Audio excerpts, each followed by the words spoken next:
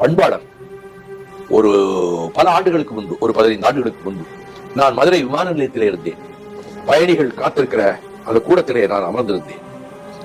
அந்த விமானத்துக்கே நம்முடைய நடிகர் தாவேகா கட்சி தலைவர் விஜய் வந்தார்.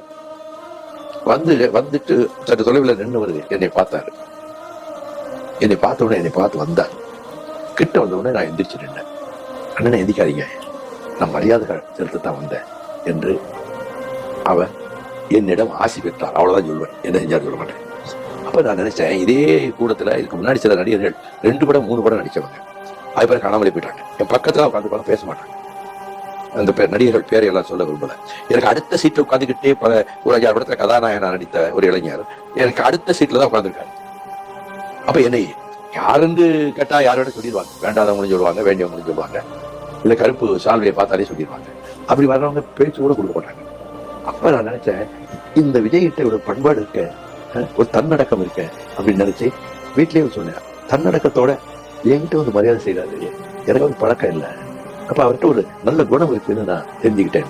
ஆக தனிப்பட்ட முறையிலே பழகுகிற முறையில் அகந்தை ஆணவம் எதுவும் மட்டும் இல்லை.